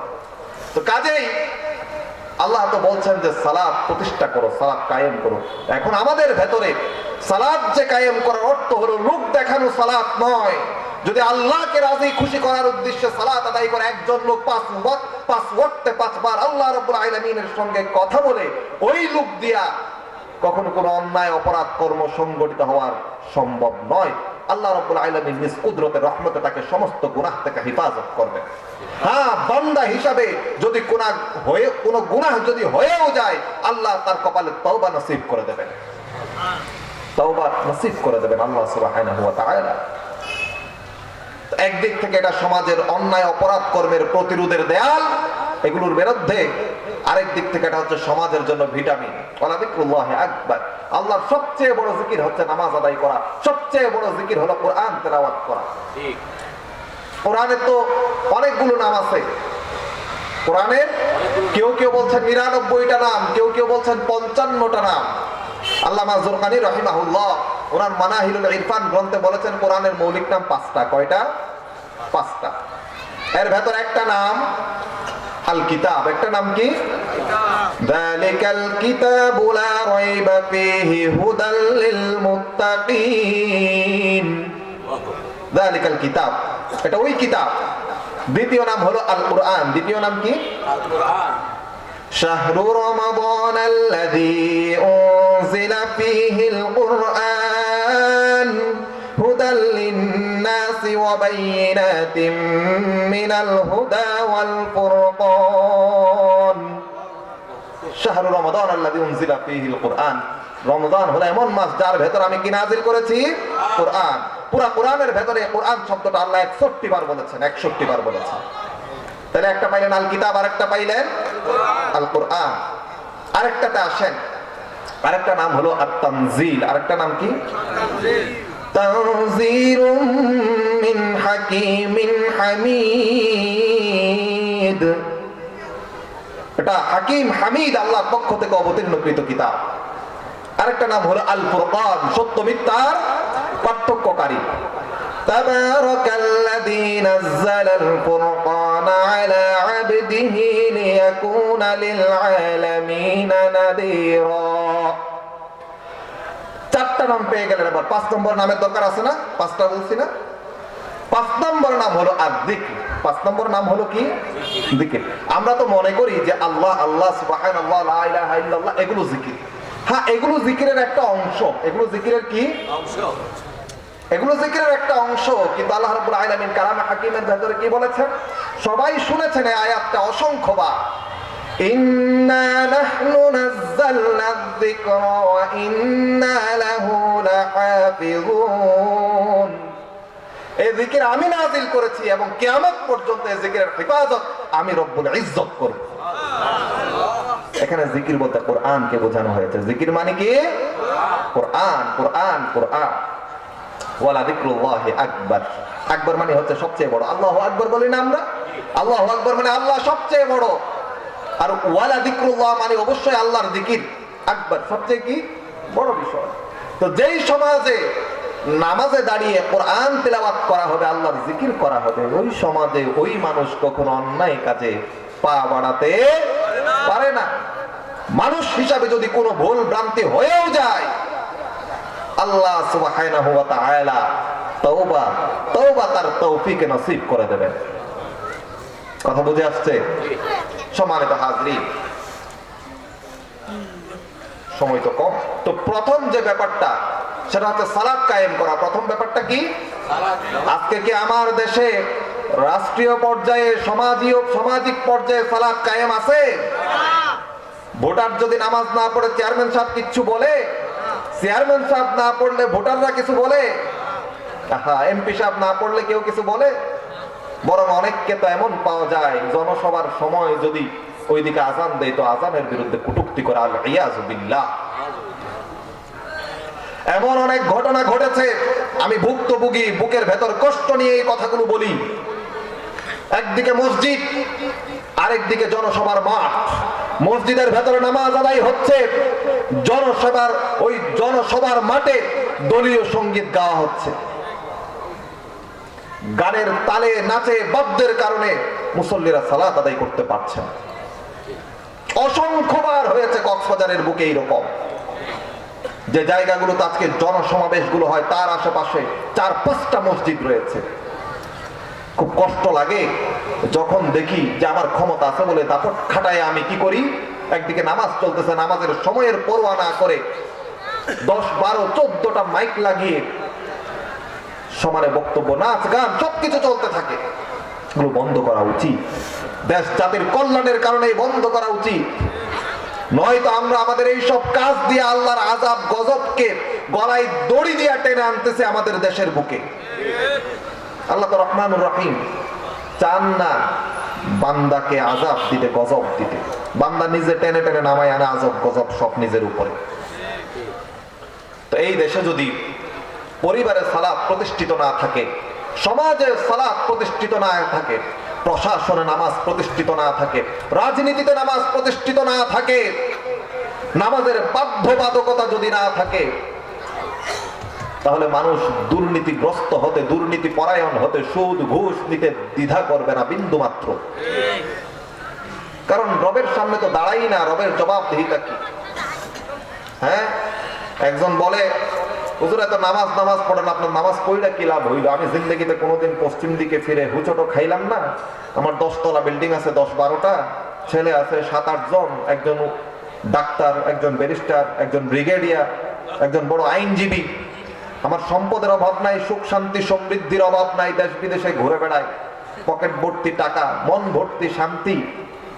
আর আপনি মিয়া নামাজ পড়েন, সারাদিন রিক্সা চালান, গেঞ্জির পেছন দিকে ফাটা, ঘরে এক ডেক্সিতে ভাত থাকলে আরেক ডেক্সিতে তরকারি নাই, ছেলে একটা হাসপাতালে আর একটা হিফজখানায়, হুজুরে 2 দিন পর পর ফোন দেয়, 3 মাস আগের ফিস এখনো দেন নাই, কখন দিবেন? মনে শান্তি নাই, তুমি আর নামাজ পড়ে তোমার কি লাভ আছে? আছে না? বলে এক রিক্সাওয়ালার ধরছে একজন এরকম মহাপণ্ডিত জ্ঞানী ব্যক্তি, যখন বললো যে আমি একটু নামাজ পড়তে যাই স্যার, আপনি একটু বসেন। বলে বেটা আজকে গাড়ি গ্যারেজে দিয়ে আসছি। কোথায় দিয়ে আসছি? নইলে তোর মতো রিক্সাওয়ালারে নিয়ে আমি বাইর হই? আমি তো গাড়িতে বাইর হই, আজকে গাড়ি গ্যারেজে গেছে, এই জন্য তোরে নিতে হইলো। কি এরা তো নামাজ নামাজ পড়েছে, জিন্দগিতে আমি নামাজ পড়ি না, আমার এই আছে সেই আছে, এত কিছু আছে, আমি তো ভালোই আছি, এত নামাজ পড়ে কি হবে? বলে মশাই আমি আজকে বুঝতে পারতেছি সুখ কি জিনিস। বলে কেমন? বুঝলাম না কথাটা। তুমি মনে করতেছো আমি হতভাগ্য, তুমি সবচেয়ে সুখী মানুষ, কিন্তু আজকে আমি বলছি যেই রব তোমাকে 3 বেলা খাবার দিয়েছেন, পরার জন্য সুন্দর পোশাক দিয়েছেন, থাকার জন্য বাড়ি দিয়েছেন, চোখ জোড়ানো স্ত্রী দিয়েছেন, মন জোড়ানো সন্তান দিয়েছেন, খাটানোর মতো কর্তৃত্ব ক্ষমতা যে আল্লাহ তোমাকে দিল, এত নিয়ামতের ভেতরে থেকে তুমি তার নাম মুখে নিতে পারো না, তোমার চেয়ে হতভাগ্য লাঞ্ছিত আর কে হতে পারে? আর এত কষ্টে থাকার পরেও, এত কষ্টে থাকার পরেও প্রতিনিয়ত আমি সেই রবকে স্মরণ করতে পারি, আমার চেয়ে ভাগ্যবান আর কে আছে দুনিয়াতে? সব নিয়ামত ভোগ করে তুমি রবের নাম মুখে নিতে পারো না, তোমার চেয়ে হতভাগা, তোমার চেয়ে কপাল পোড়া কে থাকতে পারে দুনিয়াতে? আল্লাহ আমাকে কষ্টে রেখেছেন, পেটে ভাত নাই, গায়ে কাপড় নাই, সমাজে ইজ্জত নাই, আমাকে কেউ সালাম দেয় না, এত কষ্টে থাকার পরও আমার রবকে আমি ভুলি নাই। যেই রব আমাকে জান্নাতের ওয়াদা দিয়েছেন, যেই রব আমাকে দুনিয়াতে মানুষ বানিয়ে পাঠিয়েছেন, যেই রব আমাকে উম্মতে মুহাম্মাদের মর্যাদা দিয়ে দুনিয়ায় পাঠিয়েছেন, সেই রবকে আমি ভুলি নাই। যেই রব আমাকে বলেছেন কুনতুম খায়রা উম্মাতিন উখরিজাত লিন-নাস, ও মানুষ, কাউকে আমি ঈসার উম্মত বানিয়েছি, কাউকে মূসার উম্মত বানিয়েছি, কাউকে দাউদের উম্মত বানিয়েছি, কাউকে শুআয়বের উম্মত বানিয়েছি। ও মানুষ, ও মানুষ, তোমাকে চাইলে আমি ঈসার উম্মত বানাইতে পারতাম, মূসার উম্মত বানাইতে পারতাম, দাউদের উম্মত বানাইতে পারতাম, আরেক নবীর উম্মত বানাইতে পারতাম। তোমাকে আমি ভালোবাসি, তোমাকে আমি মুহাব্বত করি, তোমার মর্যাদাকে আমি বুলন্দ করলাম, কোন নবীর উম্মত তোমাকে বানাইলাম না, তোমাকে মুহাম্মদুর রাসূলুল্লাহ সাল্লাল্লাহু আলাইহি ওয়াসাল্লামের উম্মত বানাইলাম। যে নবী মানুষের জন্য সুপারিশ করতে পারবে না কাল হাশরের ময়দানে আমার হুকুম ছাড়া, তাদের উম্মত তোমাকে বানাই নাই। যে নবী একজন উম্মতকে ছাড়াও জান্নাতে যাবেন না, সে নবীর উম্মত তোমাকে আমি বানাইছি বান্দা। আমি আপনি দরখাস্ত দিছিলাম উম্মতে মুহাম্মদী হওয়ার জন্য, আল্লাহর কাছে দরখাস্ত দিছিলাম, জন্তু জানোয়ার বানাইতে পারত। যে রব আমাকে উম্মতে মুহাম্মদী বানিয়েছেন, আরে ভাই শুধু চোখের নিয়ামত কি করে আদায় করে শেষ করব? চোখ তো অনেক জনের আছে, চোখে দেখতে পাই কয়জনে? কথা বুঝছেন? চোখ অনেক জনের আছে, কয়জনে চোখে দেখতে পায়? বহু অন্ধ ব্যক্তি, কত সুন্দর চোখ, চোখে দেখে না। হাত সবার আছে, নাড়াইতে পারে কয়জনে? তাকবীর বাঁধতে পারে কয়জনে? পা সবার আছে, মসজিদে যাইতে পারে কয়জনে? আপনি মনে করছেন মিয়া আমি মসজিদে যাই না, আমি সমাজপতি, তো কি হইছে?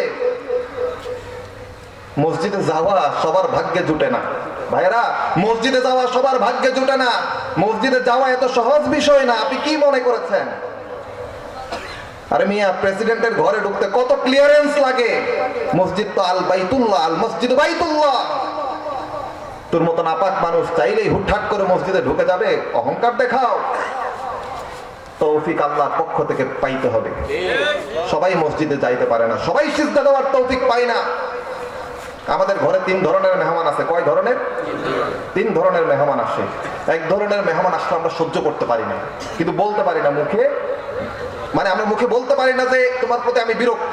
তো এরা যখন ফোন দেয় বলে ভাইজান আমি ওই আগামীকালকে একটু আসবো, আপনার ঘরে আসতে চাই। তো বলি কি তোমার ভাবি গেছে শ্বশুর বাড়ি, আগামীকালকে আমি মামলার কাছে চট্টগ্রাম যাবো, ঘরে কেউ থাকবে না, কালকে তুমি আইসো না। কিন্তু সে কোথাও যাবে না, কিন্তু তারে সে পছন্দ করে না, এই জন্য ঘরে আসার কি দেয় না, অনুমতি দেয় না। আরেক শ্রেণীর মানুষ আছে, তারা যখন ফোন করে এরা আসলেও খুব বেশি টান নাই, যাইলেও খুব বেশি কষ্ট নাই, ঠিক আছে আচ্ছা আসিস তাইলে, আইসা তোর কাজ চাইরা তারপর চলে যাবে, এ আসলেও ভালো, না আসলেও কোনো কি নাই, আপত্তি নাই। এই এক শ্রেণী। আরেক শ্রেণীর মানুষ যখন ফোন করে বলে আগামীকালকেই চলে আসেন, পরশু কেন, কালকেই আসেন। আসার পর বলে বিয়াই আপনি আসছেন আপনার ইচ্ছাই, কিন্তু যাবেন আমার ইচ্ছাই, চাইলেই যাইতে পারবেন না বিয়াই। মোহাব্বত কোথায় বিয়ের জন্য? দিলের ভেতরে। আপনি চাইলে যাইতে পারবেন না। আমি যা কিছু খাওয়াবো সব আপনাকে খাইতে হবে, যে কয়দিন আমি চাইবো আমার ঘরে বেড়াইতে হবে, তারপর আপনি যাইতে পারবেন। আসছেন কার ইচ্ছায়? আপনার ইচ্ছায়। যাবেন কার ইচ্ছায়? আমার ইচ্ছায়। বিয়ের জন্য বিয়ের মোহাব্বত বাড়ছে। মেয়া আল্লাহর ঘরের মুসল্লি যারা আছে এরা আল্লাহর ঘরের মেহমান। এরা কি? আল্লাহর ঘরের মেহমান। এই মেহমানগুলো তিন ধরনের। আমরা যেমন চাই যে একজন আমার ঘরে না আসুক, তারা ফোন করে বলে দেয় আমি নাই, আমার স্ত্রী নাই, ঘর তালা মারা, কালকে আইসো না। আমার যাওয়াটা তো পছন্দ হয় না, ঘরের মালিকের। তুমি মনে করছো আমি মসজিদে যাই না, কি হয়েছে? আরে মিয়া, মসজিদে যাওয়ার টিকিট তো তুমি পাও নাই, মালিক তো তোমারে পছন্দ করতেছে না, ঘরের মালিকের জন্য তুমি যাইতে পারতেছো না। আগে ঘরের মালিক পছন্দ, যেই কাজ করলে পছন্দ করলে, যেই দোষ শেষ করলে, যেই দোষ নিজের ভেতর থেকে দূর করে দিলে আমাকে পছন্দ করবে, আগে সেই গুণ অর্জন করো। ঘরের মালিক তোমাকে ফেরেশতা দিয়ে জান্নাতে নিয়ে যাবেন, মসজিদে নিয়ে যাবেন। আর মাঝখানের মুসল্লি হচ্ছে আমরা। আমরা হইতেছি ওই ইমাম সাহেব কখন রুকুতে যাবে সেটা দাঁড়ায় থাকি, রুকুতে যাওয়ার আগে টুক করে একটা নিয়ত বাঁধি, সালাম ফেরানোর পরে সঙ্গে সঙ্গে বের হয়ে যায়। মানে আসলেও কোনো ক্ষতি নাই, যাইলেও কোনো ক্ষতি নাই, যতক্ষণ লাগে আসে, কাজটা সাইরা তারপর চলে যাবা। এই শ্রেণীর মুসল্লি হইলাম আমরা। মানে ঘড়ি দেখি চায়ের দোকানে গল্প করতে করতে নামাজের আর কয় মিনিট আছে, বলে আরো 5 মিনিট আছে। তো 5 মিনিট শেষ হয়েছে, এখন তো ইমাম সাহেব নিয়ত বাঁধবে, বলে সমস্যা নাই, রুকুতে যাওয়ার আগে তাড়াতাড়ি উজু করে দাঁড়াই যাবে। এই উজু করে গিয়া দাঁড়াইতে দাঁড়াইতে ইমাম সাহেব কোথায়? রুকুতে। আমরাও তাড়াতাড়ি, খুব তাড়াতাড়ি নিয়ত বেঁধে রুকুতে চলে গেলাম। আর সালাম ফিরানোর পরে তসবিহ তাহলে ধরে এগুলো ইমাম সাহেব পড়ুক, বেতন দিয়ে রাখছি না, আমরা একটু বাইরে গল্প করি, ইমাম সাহেব পড়বে। এই শ্রেণীর মুসল্লি যারা আছে কারা? ওই যে আসলেও কোনো ক্ষতি নাই, মেহমান যাইলেও কোনো ক্ষতি নাই, যতক্ষণ লাগে থাকবা, তোমার কাজ সেরা চলে যাবা। আমরা হচ্ছে ওই শ্রেণীর মুসল্লি। আরেক শ্রেণীর মেহমান কিরকম? বিয়ে আসছেন আপনার ইচ্ছায়, যাবেন কার ইচ্ছায়? আমার ইচ্ছায়। আমি যা যা রান্না করবো সব খাইতে হবে। আরেক শ্রেণীর বান্দাকে আল্লাহ এত মোহাব্বত করেন, বান্দা আমার মসজিদে ঢুকছো তোমার ইচ্ছায়, বের হবা আমার ইচ্ছায়, আমি তোমাকে এখানে জিকির করার তৌফিক দেব, নামাজ আদায়ের তৌফিক দেব, কোরআন তেলাওয়াতের তৌফিক দেব। বান্দা তোমাকে আমি মোহাব্বত করি, আমি চাই না তুমি আমার ঘর থেকে চলে যাও, আমি চাই তুমি আমার ঘরে বসে থাকো, তুমি আমার ঘরে ইতিকাফ থাকো। যেই মানুষের কলব মসজিদের সঙ্গে লেগে থাকবে, আল্লাহ বলেন কিয়ামতের ময়দানে যেখানে নবীরাও ইয়া নাফসি ইয়া নাফসি ইয়া নাফসি করতে থাকবে, ওই বান্দার আমি বলবো আসো আমার আরশের ছায়ার নিচে, আমি তোমাকে মেহমানদারি করতে প্রস্তুত হয়ে আছি। আল্লাহ রাব্বুল আলামিন তাকে এই সিংহাসনের নিচে, আল্লাহর আরশের নিচে কাল কিয়ামতের ময়দানে তাকে কি করবেন? মেহমানদারি করবেন। সম্মানিত হাজিরিন, এই জন্যে সমাজের প্রত্যেকটা স্তরে রাষ্ট্রীয় পৃষ্ঠপোষকতায় হুকুমে নির্দেশে সালাত বাস্তবায়ন করার কোনো বিকল্প নাই। অবশ্যই সালাত বাস্তবায়ন করতেই হবে প্রত্যেকটা স্তরে। সম্মানিত হাজিরিন, এরপরে আমরা বলেছিলাম যাকাত আদায়ের কথা। সমাজের প্রত্যেকটা স্তরে যাকাতকে বাধ্যতামূলক করে দিতে হবে যদি আমরা চাই যে সমাজ থেকে দরিদ্র বিমোচন করা হবে।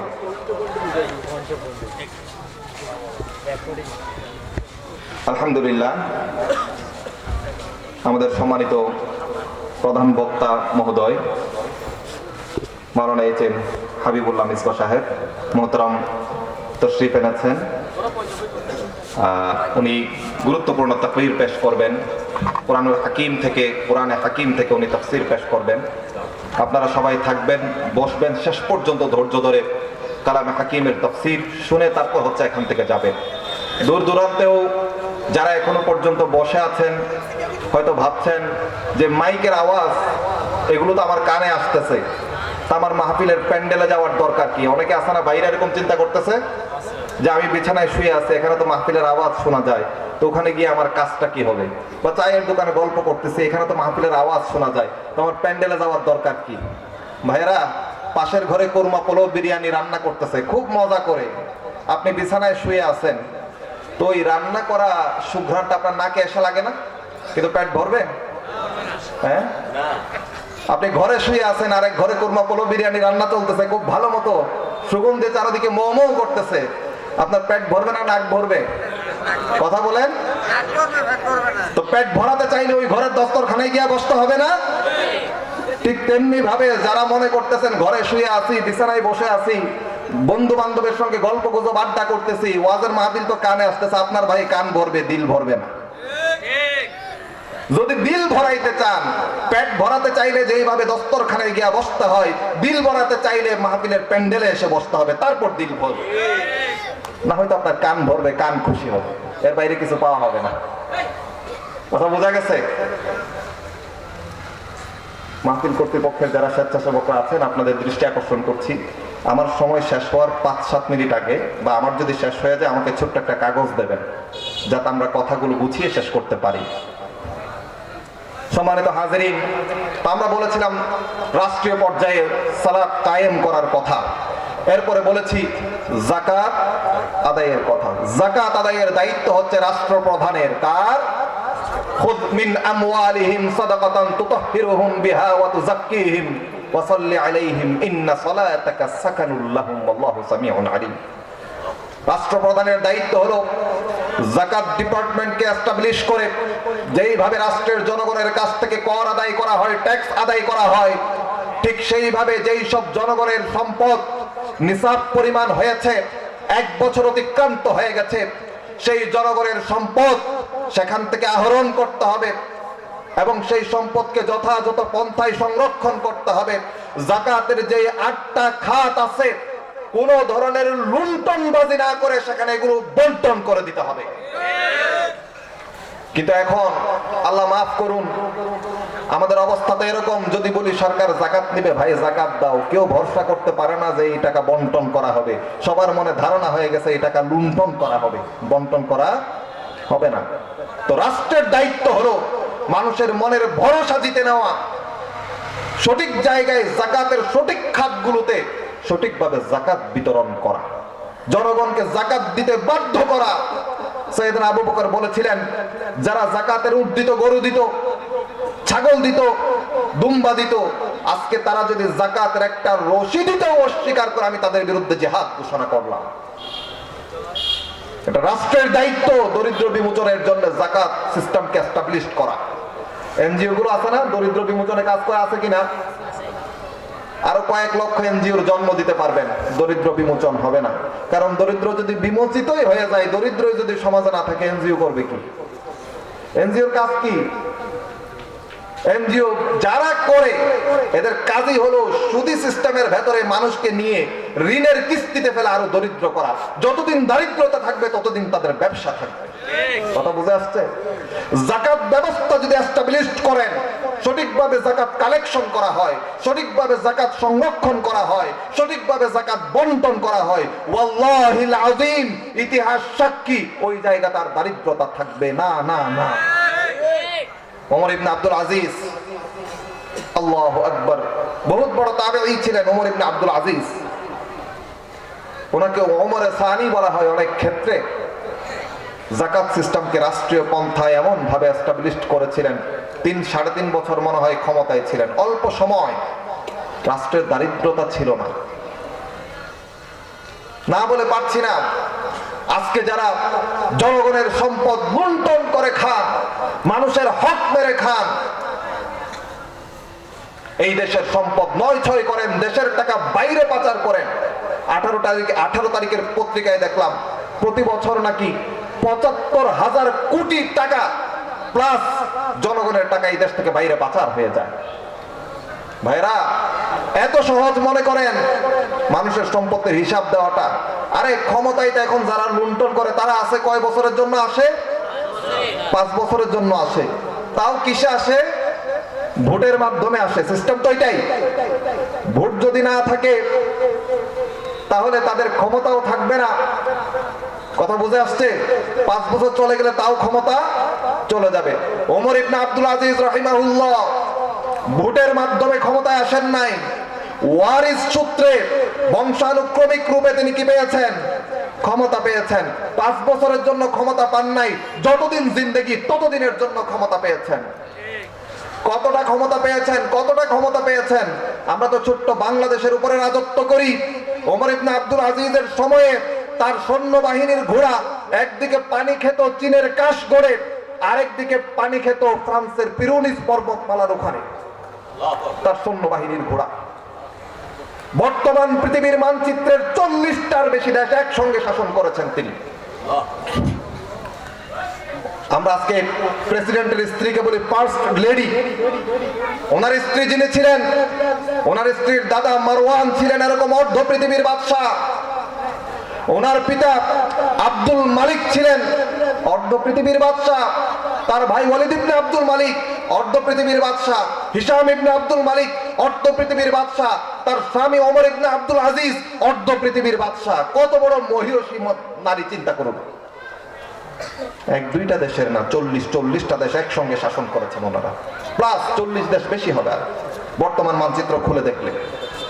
তো ওমর ইবনে আব্দুল আজিজ একদিন স্ত্রী বলছেন যে হযরত, স্বামীকে বলছেন যে ঈদের দিন চলে এসেছে, সন্তানদেরকে কাপড় কিনে দিতে পারছি না, আপনি একটা কাজ করেন, রাজকোষ থেকে 1 মাসের বেতন অগ্রিম নিয়ে নেন, সন্তানদেরকে কাপড় কিনে দেন, আমি ঘরের কাজ করে। কে কে কে কার স্ত্রী বলতেছে? যার দাদা বাদশাহ, ভাই 3-4 ভাই বাদশাহ, স্বামী বাদশাহ, বাবা বাদশাহ, সে বলতেছে আমি ঘরের কাজ করে আগামী সংসার চালাবো 1 মাস। জনগণের সম্পদকে ভয় করতেছে। ওমর ইবনে আব্দুল আজিজ অর্থমন্ত্রী মুজাহিম তার গোলাম ছিল, আজাদ করে দিয়েছেন। বিশ্বস্ত ভাই মুজাহিম, আমাকে 1 মাসের বেতন অগ্রিম দাও, আমার সন্তানদের জন্য ঈদের কাপড় কিনতে হবে। মুজাহিম বলল, মুহতারাম, আপনি এক আমিরুল মুমিনিন, 1 মাসের বেতন অগ্রিম নেবেন, আমাকে আপনি লিখিত দেন 1 মাস বেঁচে থাকবেন। নিচের দিকে মাথা নিচু করে চলে এসেছেন, 1 মাসের বেতন আর নেওয়া হলো না। ঘরে চলে এসেছেন, ঘরে আসার পরে স্ত্রীকে বলে, গিয়েছিলাম 1 মাসের অগ্রিম বেতনের জন্য, সম্ভব না, আমি লিখিত দিতে পারি নাই, এই বছর পুরাতন কাপড় নিয়ে ঈদ হবে আমার সন্তানদের। 11 জন সন্তান ছিল। বড় ছেলের নাম ছিল আব্দুল মালিক, দাদার নামে নাম। ওনার জীবদ্দশাতে আব্দুল মালিক ইন্তেকাল করেছে। ঈদের দিন উমাইয়া রাজবংশের অন্যান্য উজির, মন্ত্রী, বংশের ছেলেরা ঝলমলে নতুন পোশাক পরে ঈদের জামাতে হাজির হয়েছে। আমিরুল মুমিনিনের সন্তানেরা পুরাতন জীর্ণ শীর্ণ কাপড় পরে, কাপড় নাই, পড়তে পারে না, জামাতে শরীক হয়েছে, একসঙ্গে সালাত আদায় করছে, শুভেচ্ছা বিনিময় করছে সবার সঙ্গে। আমিরুল মুমিনিন ছেলেদেরকে ডেকে বললেন, ওমর ইবনে আব্দুল আজিজ, আমার ছেলেরা আমার উপরে হয়তো অভিমান, সকলেই নতুন ড্রেস পরেছে, আমি আজকে আমিরুল মুমিনিন, কিন্তু তোমাদেরকে নতুন কাপড় কিনে দিতে পারি নাই, সন্তানেরা হয়তো আমার উপর অভিমান করে আছো, আমি চাই না আজকে তোমাদেরকে এখানে নতুন কাপড় কিনে দিয়ে কালকে জাহান্নামে তোমাদেরকে কয়েদির পোশাক পরানোর জন্য। বড় ছেলে আব্দুল মালিক সিনা টান টান করে বলে, আব্বাজান, আমরা মর্মাহত নই, আমাদের অপমানিত বোধ করছি না, আমরা বরং গর্বিত, এমন একজন পিতা পেয়েছি যিনি সন্তানদের জন্য দুনিয়ার পরিবর্তে জান্নাতকে অগ্রাধিকার দিয়েছেন। আজকে আমাদের এই পুরাতন পোশাক আমাদের জন্য গর্ব। আজকে আমাদের এই পুরাতন পোশাক সাক্ষ্য দিচ্ছে আমার বাবা এই বিস্তীর্ণ ভূখণ্ডের মালিক হওয়ার পরেও জনগণের সম্পদ আত্মসাৎ করেন নাই, কারো হক নষ্ট করেন নাই। এই পোশাক সাক্ষ্য দিচ্ছে তিনি জনগণের আমানত, জনগণের জন্য হেফাজত করেছেন। ওমর ইবনে আব্দুল আজিজ ঘরে গেলেন, স্ত্রীকে বললেন, বিবি, যদি কিছু থাকে খাবার তো দাও। কাকে বলছেন? স্ত্রীকে। আমি ভুলে গেছি, একটা বিশেষ খাবার চেয়েছিলেন তিনি। স্ত্রী বলল, এটা তো ঘরে নাই। মেয়েরা আসলো, মুখে কাপড় দিয়ে কথা বলছে, বাবার সাথে কথা বলতেছে মুখে কি দিয়া? কাপড় দিয়া। সন্তানেরাও আসছে, মুখে কাপড় দিয়ে কথা বলতেছে। বাদীকে ডাকলেন যে সবাই মুখে কাপড় দিয়ে কথা বলছে কেন আমার সঙ্গে, কি ব্যাপার? আমিরুল মুমিনিন, আজকে ঘরের তরকারি ছিল না, পেঁয়াজ দিয়ে রুটি খাইছে। পেঁয়াজ দিয়ে কি খাইছে? রুটি খাইছে। সবার মুখে পেঁয়াজের গন্ধ, আপনি কষ্ট পাবেন, এজন্য মুখে কাপড় দিয়ে কথা বলে। ওমর ইবনে আব্দুল আজিজ ইন্তেকাল করেছেন, 17 দিনার রেখে গিয়েছিলেন, 5 দিনারে দাফন কাফন, 2 দিনারে কবরের জায়গা কেনা হয়েছে, 11 দিনার ছিল ভেঙে দিয়েছেন। সন্তানের একজনে 19 দিরহাম করে পেয়েছে। সুলাইমান ইবনে মুকাতিল ইবনে সুলাইমান তিনি বয়ান করেন, ওমর ইবনে আব্দুল আজিজের 11 জন সন্তান যারা মাত্র 19 দিরহাম করে পেয়েছে, দিনার ভেঙে দিরহাম পেয়েছে, দিনার হচ্ছে স্বর্ণ মুদ্রা, মাত্র 19 টাকা করে পেয়েছে 11 জন সন্তান, তাদেরকেও দেখেছি আমি।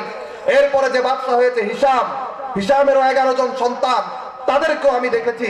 হিশাম যখন মারা যায় তখন সন্তানদের কথা বাদ দিলাম, সন্তান যদি থাকে স্ত্রী সম্পত্তি পায় অল্প। তারা পায় 4 জন স্ত্রী ছিল, একজন স্ত্রী অন্যান্য সম্পত্তি বাদে নগদে পাইছে 80,000 দিনার স্বর্ণ মুদ্রা। কত? একজন স্ত্রী পাইছে 80,000 নগদ টাকা। তাহলে আরো কি সম্পদ ছিল, ছেলেরা কত সম্পদশালী ছিল দেখেন।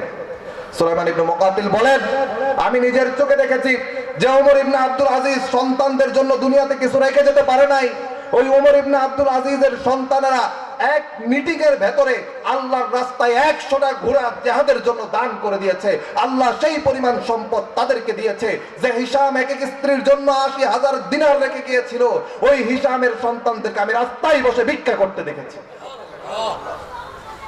মনে করেন যারা দেশ জনগণের সম্পদ সম্পত্তি লুণ্ঠন করে বড় বড় বেগম পাড়া বানাবেন, যাকাতের সিস্টেম প্রচলন করবেন না, সালাতের সিস্টেম প্রচলন করবেন না, আপনাদের হাতে দেশও নিরাপদ নয়, জাতীয় নিরাপদ নয়, আপনারা দুনিয়াতেও নিরাপদ না, আখিরাতেও নিরাপদ না। কাল হাসরের ময়দানে আমার রবের দরবারে আপনাদেরকে দাঁড়াতেই হবে। ওয়ালাউ তারা ইদিল মুজরিমুনা নাকিসু রুউসিহিম ইনদা রাব্বিহিম, মাথা নিচু করে একটা লাইন দিয়ে আমার রবের সামনে গুনাহগার হিসাবে দাঁড়ায়া থাকবে। কড়াই গন্ডায় হিসাব, ইন্নাল্লাহা সারিউল হিসাব, আল্লাহ নেবেন। সম্মানিত হাজিরিন, আসুন, এজন্য আমার সময় শেষ হয়ে গেছে। একটা মেসেজ আজকে আপনাদেরকে দিয়ে যাচ্ছি, সেটি হলো এই দেশ আমাদের, এই দেশকে গঠন করতে হবে আমাদেরকেই, এই দেশকে সৌন্দর্যমণ্ডিত করতে হবে আমাদেরকেই, আদর্শ সমাজ বিনির্মাণ করতে হবে আমাদেরকেই। কাজেই আমরা যখন আমাদের নেতা ঠিক করব, নেতা খুঁজবো নামাজি। যে নেতা হতে চাই তাকে আগে শর্ত দিব, সহিভাবে নামাজ পড়ে দেখাও, নামাজ পড়িয়ে দেখাও। তুমি নেতা হবা পেছনে আমরা নামাজ পড়ব। আল্লাহ কিয়ামতের দিন ইয়াউমা নাদউ কুল্লা উনাসিন বিইমামিহিম, নেতাদেরকে নিয়ে তো আমাদেরকে ডাকবেন, আমরা নামাজি মুত্তাকি নেতা চাই। যদি এমনটি হতে পারে তো তোমাকে আমরা নেতা নির্বাচন করব। সালাত শুদ্ধ নাই, যাকাত প্রতিষ্ঠা করার ওয়াদা নাই, তার কাছে আমরা নেতৃত্বও দিব না ইনশাআল্লাহ। কি বলেন? ঠিক আছে তো? আল্লাহ সুবহানাহু ওয়া তাআলা আমরা যা কিছু বললাম এতক্ষণ পর্যন্ত, এর ভেতরে যদি কোনো ভুল ভ্রান্তি থাকে তো আল্লাহ প্রথমে মাফ করে দিন, দ্বিতীয়ত এগুলো আমাদের স্মৃতি থেকে দূর করে দিন। আর যদি উপকারী কোনো কথা থাকে আল্লাহ মনে রাখার তৌফিক দান করুন, ইখলাসের সাথে আমল করার তৌফিক দান করুন। পুরা খুরশকুলবাসী, পুরা দেশবাসীর জন্য আল্লাহর কাছে মাগফিরাত, রহমত, খয়র, কল্যাণ, বরকতের ফয়সালা কামনা করছি। বিশেষ করে আবাবিল ইসলামী ছাত্র পরিষদের উদ্যোগে এই মাহফিলটা আয়োজন করা হয়েছে। যারা টাকা দিয়ে, পয়সা দিয়ে, বুদ্ধি দিয়ে, অর্থ দিয়ে, সময় দিয়ে, শ্রম দিয়ে আজকে এখানে উপস্থিত হয়ে এই মাহফিলকে সফল সার্থক করার জন্য চেষ্টা প্রচেষ্টা প্রয়াস চালিয়েছেন, আল্লাহ যেন কালকে আমাদের ময়দানে আপনাদেরকে জান্নাতের মেহমান বানিয়ে নেন। বিশেষ করে যারা আজকে এখানে কথা বলেছেন, কথা বলবেন, মুহতারাম ওয়াইজিন বৃন্দ, আল্লাহ যেন তাদেরকে হেফাজত করেন, তাদের ইলমে আমলে বারাকাত দান করেন। আল্লাহ রাব্বুল আলামিন যেন তাদেরকে জান্নাতি বানান এবং মাগফিরাত প্রাপ্ত বান্দাদের অন্তর্ভুক্ত করে নেন। এজন্য আপনাদের কাছে দোয়া চাইতেছি। ওয়া মা আলাইনা ইল্লাল বালাগ। আসসালামু আলাইকুম ওয়া রাহমাতুল্লাহি ওয়া বারাকাতুহু।